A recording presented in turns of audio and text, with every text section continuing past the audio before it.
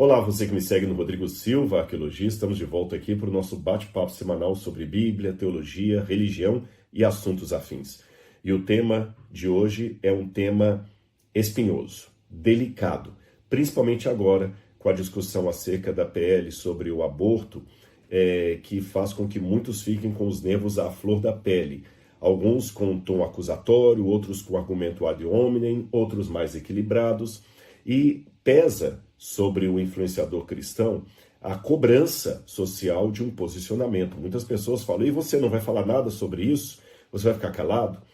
De fato, nós temos aqui um dilema que tem que ser equacionado com muito equilíbrio, e eu vou explicá-lo para vocês. De um lado, existe o fato de que você sendo um influenciador não significa que você é especialista em tudo. Você não pode agora sair dando tiro no escuro sobre qualquer temática, sobre qualquer coisa, porque a sua fala pode, por falta de conhecimento, levar algumas pessoas a uma compreensão errada sobre um assunto. Jesus era o caminho, a verdade e a vida, e nem por isso ele saiu dando palpite sobre todos os assuntos que pautavam a ética dos seus dias. Por outro lado, aqui eu até peso com essa mão, eu reconheço que muitas vezes o silêncio de um influenciador pode parecer uma covardia, uma falta de posicionamento, uma conveniência, uma falta de coragem para dar a cara à tapa.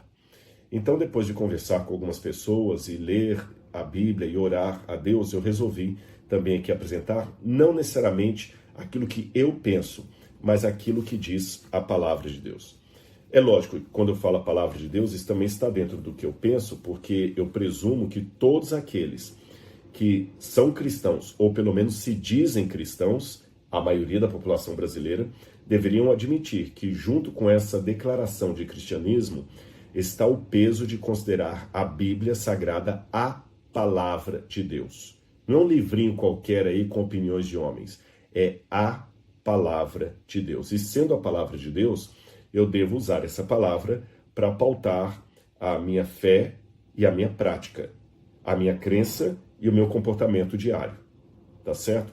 Eu sei também que estamos num Estado laico e que muitas vezes na história, quando a igreja e o Estado se juntaram, o resultado não foi dos melhores. Eu tenho essa consciência e continuo reconhecendo que não estamos sob uma teocracia, porém sob uma democracia. Contudo, nessa democracia, ainda, pelo menos por enquanto, não sei por quanto tempo mais, por enquanto eu posso, como cristão, apresentar meu posicionamento. Então, o farei à luz da Bíblia.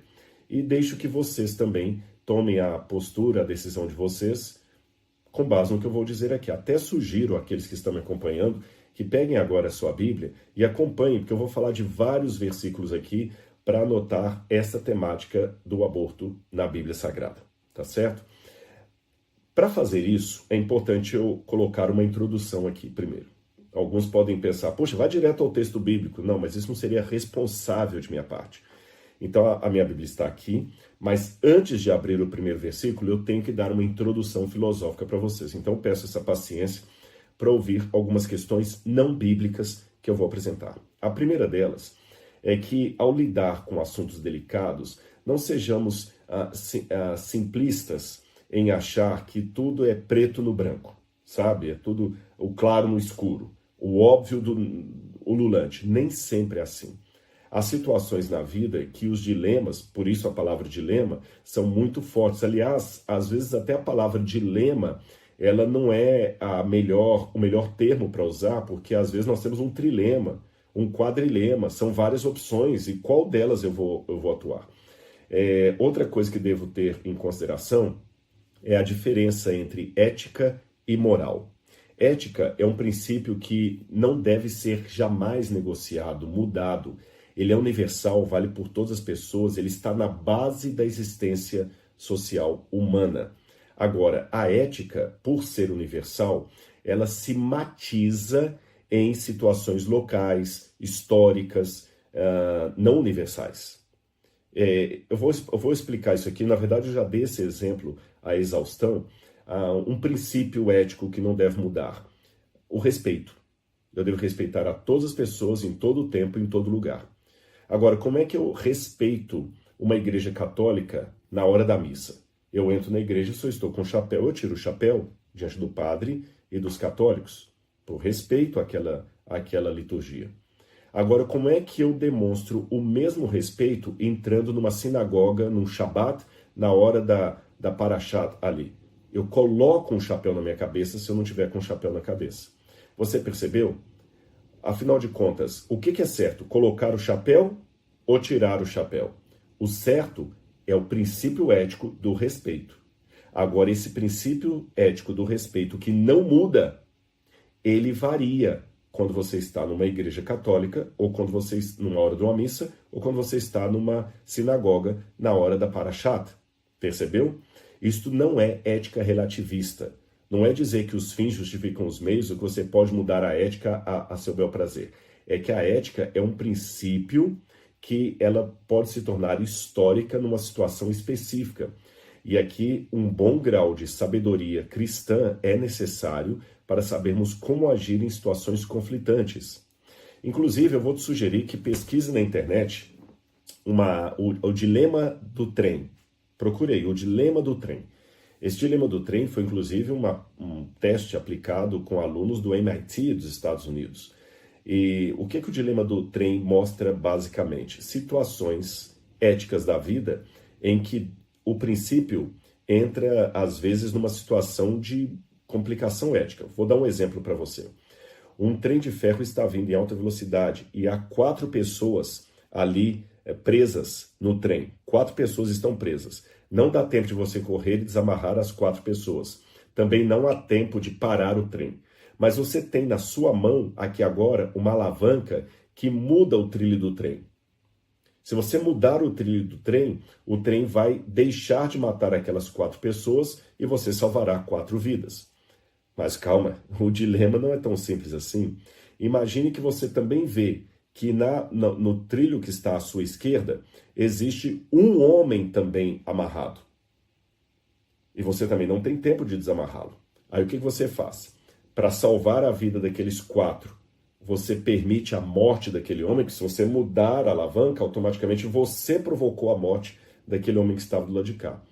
Ou você não quer provocar a morte daquele homem, mas provoca a morte dos outros 4 porque você não fez o seu papel na hora que poderia fazer, que é mudar o trem, ou seja, não teve uma intervenção de sua parte. Aí o dilema do trem vai piorando, vai piorando.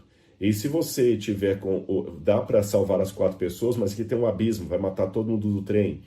E se você tiver do lado de cá um assassino, aí você mata porque agora é um assassino, e se for um bebê recém-nascido, então ele vai piorando cada vez mais o dilema do trem para mostrar que há situações éticas que não são tão simples. Para resolver essas situações, no passado, fora da Bíblia, houve pelo menos 3 sugestões. Uma de Aristóteles, uma de Immanuel Kant e a outra de Stuart Mill. Aristóteles promovia na Ética Nicômaco, que foi o livro que ele escreveu para o seu filho, Aristóteles promovia a ética da virtude e da autonomia. Aristóteles dizia, o ser humano virtuoso ele sempre vai saber como agir, porque ele busca a felicidade. Então devemos deixar que o ser humano tome a decisão dele. Já a ética de Kant, Kant já ia para um outro lado. Kant era um racionalista de maneira assim grande. Então Kant dizia que você tem que ter uma ética do dever, a deontológica, e a razão humana vai dizer o que deve fazer. Então a razão humana faça sem questionar. Stuart Mill já vai promover uma ética utilitarista. Ele vai perguntar assim, escuta, qual situação dá menos estrago? Ou qual situação promove melhor o bem? Então, na ética utilitarista de Stuart Mill, por exemplo, você muda a alavanca, porque é melhor que morra uma pessoa a morrerem 4 pessoas. Utilitarista. Agora, qual dessas éticas a gente segue? Será que uma é excludente da outra? E o princípio bíblico a esse respeito? Bom, vamos lá. Eu vou colocar o que a Bíblia diz e deixo para você tomar a sua decisão. Levando em consideração que eu tenho que também ter na Bíblia claro aquilo que é um princípio bíblico que não muda jamais e aquilo que é uma moral bíblica. Lembra que eu falei da ética e da moral, que a ética não muda, mas a moralidade pode mudar? Por que eu digo isso? Porque se eu não separar na Bíblia o que é o princípio inamovível, o que é o princípio inalterável, do que é a moral aplicada, eu vou ter problemas, porque a Bíblia também manda apedrejar pessoas que não guardam o sábado. E eu, adventista, não vou sair jogando pedra em quem transgride o Shabat. A Bíblia também fala no sábado para não acender fogo dentro de casa. E como é que eu falo sobre isso? Paulo, em determinado momento, falou que as mulheres não podem falar nada na igreja, ficarem caladas. Então, repito, é importante na Bíblia saber o que é o princípio que não muda desde os tempos bíblicos até hoje e o que seria a aplicação do princípio. O que é ética, o que é moral. Tá bem? Mesmo porque, se eu não fizer essa separação na Bíblia, eu também vou achar que a Bíblia não tem nada a dizer sobre alguns assuntos que são modernos e não encontram eco direto na Bíblia Sagrada, por exemplo. Na Bíblia não tem nada sobre usar drogas ou não usar drogas. Não tem nada na Bíblia que me proíba de fumar crack. Não tem nenhum versículo na Bíblia que fala assim, não fumarás crack diante do Senhor. Por causa disso, agora eu vou liberar que uma pessoa use o crack. Na Bíblia também não tem nada que proíba, digamos assim, diretamente, alguém, deixa eu dar um exemplo aqui para vocês, alguém de colar numa prova. Não tem uma versão que fala assim, não poderás colar numa prova. Não tem nada disso na Bíblia. Mas então eu tenho que achar o princípio bíblico para assim aplicar esse princípio que não muda a uma situação moral dos nossos dias. Tá certo? Então vamos lá, vamos ver princípios bíblicos que podem ser aplicados à questão do aborto. Primeiro, se você ler comigo Gênesis capítulo 1, versículo 28, você vai ver que o ideal de Deus é a santidade da vida, inclusive da vida intrauterina. Deus falou o seguinte, Gênesis 1, 28. Então Deus os abençoou e disse, sejam fecundos, multipliquem-se e encham a terra.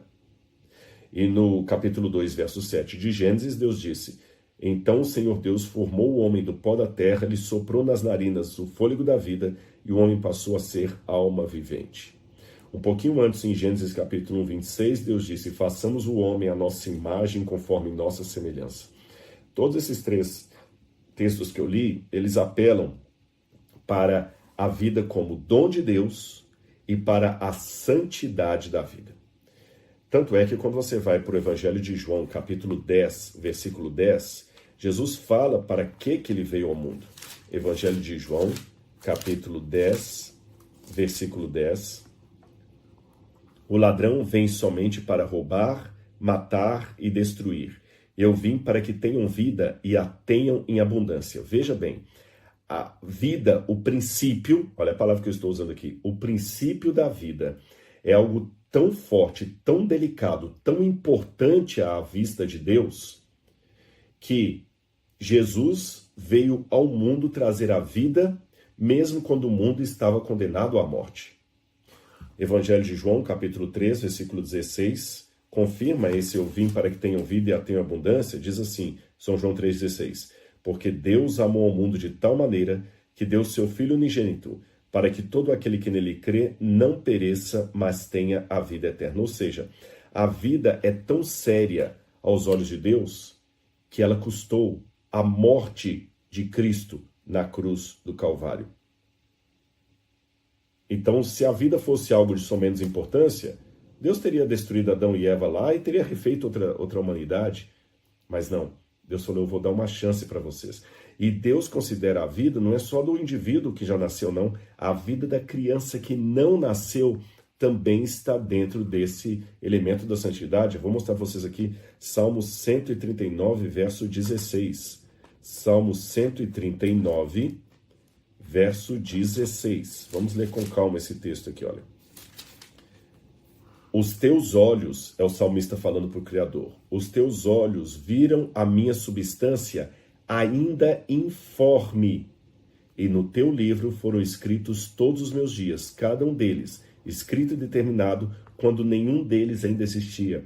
Ou seja, Deus já via o salmista quando ele ainda era matéria, substância informe. Onde? Na barriga da mãe dele.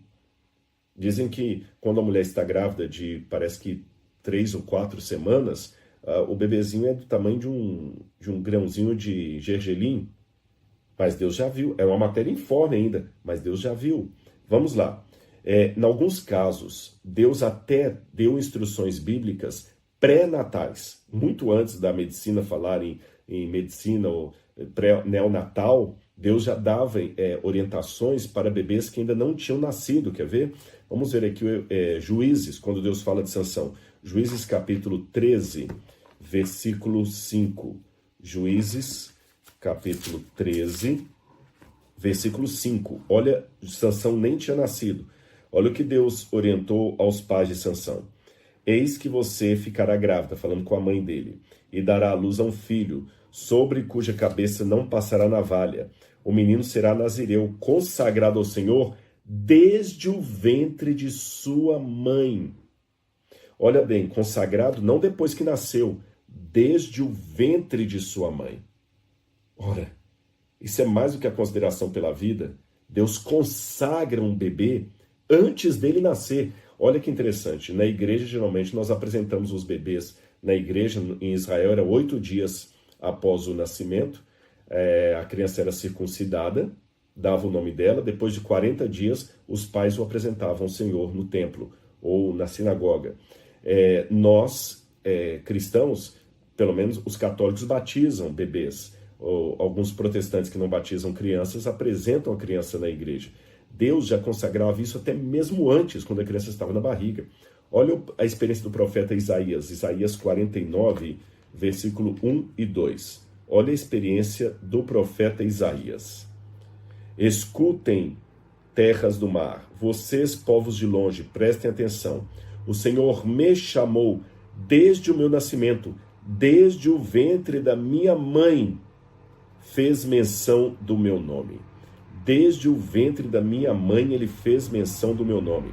Quando eu vou para o verso 5, também diz a mesma coisa. Mas agora diz o Senhor que me formou desde o ventre para ser o seu servo. Jeremias também tem uma situação semelhante. Olha Jeremias capítulo 1, versículo 5. Quando Deus chama o profeta Jeremias está depois de Isaías aqui, capítulo 1, versículo 5. Antes de formá-lo no ventre materno, eu já o conhecia. E antes de você nascer, eu o consagrei e o constituí profeta às nações. Deus já tem planos para bebês que ainda estão no ventre da mãe. Aí você pode falar, não, Rodrigo, mas isso aí é Deus tendo planos para a criança. Não significa que a criança já...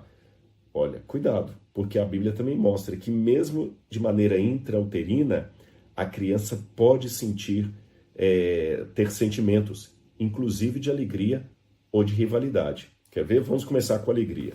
Lucas, capítulo 1, versículo 15. Para quem está me assistindo, principalmente que é católico, você que preza tanto por Maria, mãe de Jesus, você que preza tanto pelos santos, é católico, então preste atenção. Olha quando Maria, que a Igreja Católica chama de Nossa Senhora, vai visitar Isabel. Maria já estava grávida de Jesus. Preste atenção nisso aqui. Isabel também estava grávida. A diferença de idade entre Jesus e João Batista é de 6 meses.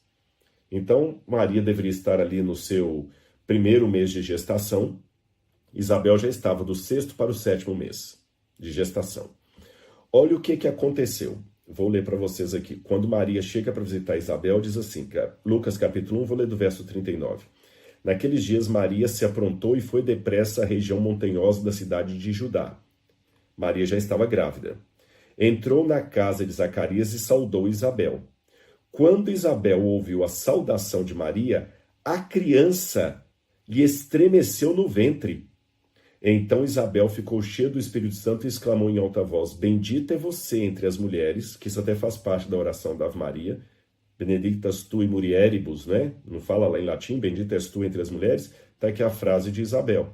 Bendita é você entre as mulheres, e bendito o fruto do seu ventre. Olha, Jesus não tinha nem nascido, e ele já era bendito, ou seja, Jesus passou pelo mesmo processo gestacional de uma criança. Jesus um dia foi uma sementinha do tamanho de um gergelim, já estava crescendo, Jesus foi feto. E é com grande honra para mim receber a visita da mãe do meu Senhor. Pois, essa parte aqui que eu quero destacar, é Isabel falando ainda para Maria, Tão logo me chegou aos ouvidos a voz da saudação que você fez, a criança estremeceu de alegria dentro de mim. Ou seja, de acordo com a Bíblia, numa época em que nem se cogitava em termos médicos o que é uma medicina neonatal, a Bíblia já colocava que uma criança dentro do ventre de uma mãe pode sentir alegria e sentir até a presença do Espírito Santo. João Batista, com 6 meses de gestação dentro do ventre de sua mãe, já sentiu, pulou de alegria e tremeu ao sentir Jesus chegando. Isso é um mistério muito forte. O salmista falou que ele ainda era matéria informe, o Senhor já o conhecia. Isaías fala que já o chamava pelo nome. Também uma criança pode ter dentro do ventre rivalidade. Olha o que diz aqui Gênesis, capítulo 25, versículo 21. Gênesis, capítulo 25, ao falar do nascimento de Jacó e Esaú, olha o que Deus falou para Isaac. Gênesis 25, versículo 21. Aqui fala que Rebeca, a esposa de Isaac, orou porque ela estava infértil, estéril. Aí diz assim: Isaac orou ao Senhor por sua mulher, porque ela era estéril.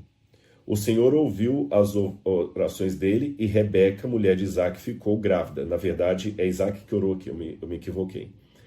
Os filhos lutavam, isso aqui que eu quero destacar. Os filhos lutavam no ventre dela. Então ela disse: por que isso está acontecendo comigo? E ela foi consultar o Senhor. E o Senhor respondeu a Rebeca: 2 nações estão no seu ventre. Diz que os meninos, que eram gêmeos, já estavam lutando dentro dela, rivalidade dentro dela. E quando eles nascem, o segundo nasce com a mão agarrada no calcanhar do primeiro. Isso demonstra que a criança já tem algum tipo de consciência ali dentro do ventre. E antes que você pense que eu estou falando bobagem, leia Freud.